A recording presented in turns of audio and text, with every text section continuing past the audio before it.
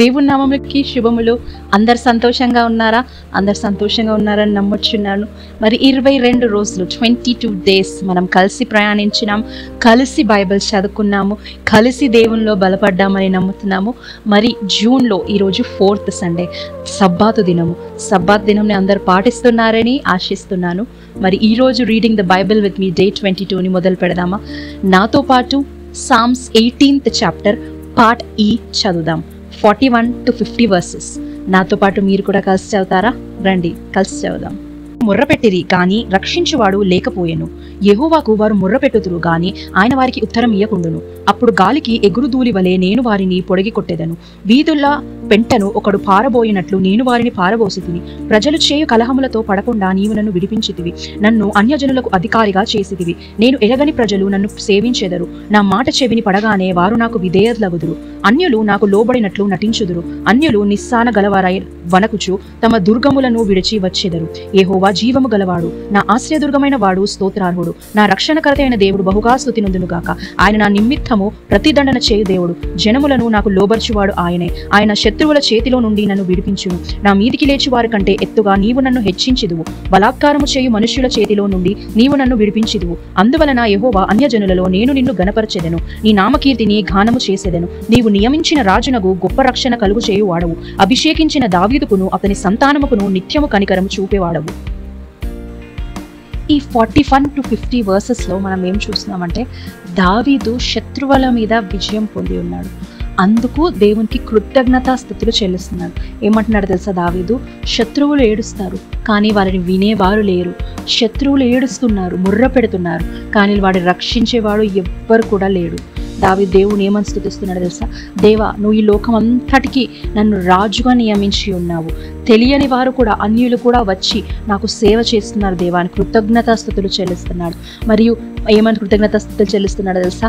దేవా, నువ్వు నిత్య జీవము గల దేవుడవు, నువ్వే నా రక్షకుడవు, నువ్వే నా దుర్గము, కేవలం నీకే మహిమ ఘనత ప్రభావం చెల్లిస్తున్నా అని దావీదు చెప్తున్నాడు.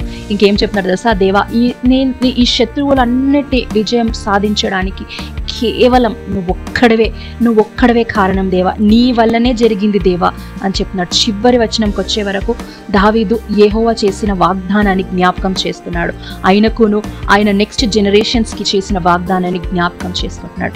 కాబట్టి ఈ వచనాలలో దావీదు ఆయన ఎంత కృతజ్ఞతాస్తుతులు చెల్లిస్తున్నాడు దేవుడికి. ఆయన విజయం పొంది ఉన్నప్పుడు ఆయన శక్తి ద్వారా కాదు, ఆయన బలం ద్వారా కాదు, కేవలం ఇది నీ వలనే జరిగింది దేవా అని యథార్థంగా దేవుడి దగ్గర ఒప్పుకుంటున్నాడు. ఆయన చేసిన ప్రామిసెస్ జ్ఞాపకం చేస్తున్నాడు. అయితే ఈ వచనాల్లో మనం 5 పాయింట్స్ నేర్చుకుంటాం. ఫస్ట్, శత్రువుల మీద విజయం కేవలం యెహోవా వలనే కలిగింది. తర్వాత దావీదు నమ్మకత్వం మనం చూస్తున్నాం. తర్వాత దావీదు ఏ రీతిగా కృతజ్ఞతాస్తుతులు చెల్లిస్తున్నాడో దేవుడు అది చూస్తున్నాం. చివరి వర్స్లో వచ్చే వరకు దేవుడు చేసిన వాగ్దానాన్ని దావీదు జ్ఞాపకం చేసుకుంటున్నాడు. ఎంత గొప్ప, ఎంత చక్కగా, ఎంత బ్యూటిఫుల్గా థ్యాంక్స్ గివింగ్ చెప్తున్నాడు కదా దావీదు.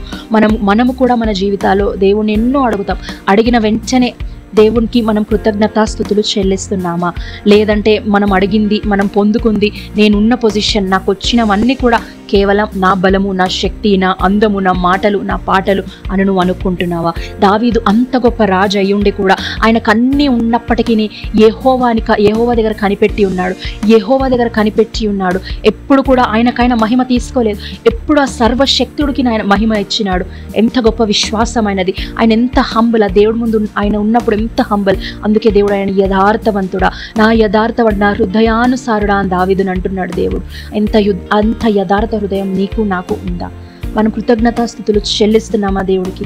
నువ్వు బతికి ఉన్నావంటే, నువ్వు ప్రాణంతో ఉన్నావంటే, నేను ప్రాణంతో ఉన్నానంటే, నేను ఈ రీతిగా మీతో మాట్లాడుతున్నాను అంటే అది కేవలం కృపనే, అది కేవలం దేవుని వలనే సాధ్యం. మన జీవితంలో మనం అన్నీ ఉన్నాక ఆయన కృతజ్ఞతాస్తుతులు చెల్లించలేమా? మనల్ని మనం ఒకసారి జ్ఞాపకం చేసుకుందాం, మనల్ని మనం ఒకసారి ఆలోచించుకుందాం. నీకు అన్నీ ఉన్నా నువ్వు ఇంకా కూడా నసుకుతున్నావా? ఇంకా కూడా గులుగుతున్నావా? నీకు ఇచ్చిన దేవుని కృతజ్ఞతాస్తుతులు చెల్లిస్తలేవా? ఒక్కసారి జ్ఞాపకం చేస్తున్నాం. కళ్ళు మూసుకుందామా? అవును యేసయ్యా నాయన, ఈ దినం ఇచ్చినందుకు వందనాలు, ఈ సబ్బాతు దినం ఇచ్చినందుకు వందనాలు యేసయ్యా నాయన. దేవా మా శత్రువుల నాయన మీద నువ్వు విజయం ఇచ్చినప్పటికీ యేసయ్యా నాయన నీకు కృతజ్ఞతాస్తుతులు మేము చెల్లించలేమేమో అయ్యా. మమ్మల్ని క్షమించండి. మా బలము, మా శక్తి, మా జ్ఞానం అని యేసయ్యా మేము అనుకుంటున్నామేమో తండ్రి, మమ్మల్ని క్షమించండి నాయన. మేము ఏ స్థితిలో ఉన్నామో యేసయ్యా నాయన కేవలం నాయన నీ మహిమ మాత్రమే తండ్రి యేసయ్యా. నీకే స్తోత్రం నాయన, నువ్వు ఇచ్చిన వాగ్దానాన్ని జ్ఞాపకం చేసుకుంటున్నాము యేసయ్యా. నీకే స్తోత్రం, నీకే మహిమ తండ్రి నాయన. ఈ దినం నీకు అప్పగించుకుంటూ మీరే మా తోడు నడిపించమని యేసు నామములో ప్రార్థించి వేడుకొంచున్నాము స్వామి. ఆమేన్. రీడింగ్ ద బైబిల్ విత్ మీ కార్యక్రమం మీకు, మీ కుటుంబానికి ఆశీర్వాదకరంగా ఉందని నేను నమ్ముచున్నాను. దీని ద్వారా మనం రోజు రోజు అనేక రకమైన విషయాలు నేర్చుకుంటున్నాము.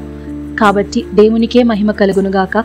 ఈ రోజంతా కూడా మీరు సంతోషంగా గడపాలని కోరుకుంటూ తిరిగి రేపు కలుసుకునే వరకు దేవుడి దీవెనలు మీ పైన ఉండునుగాక. ఆమేన్.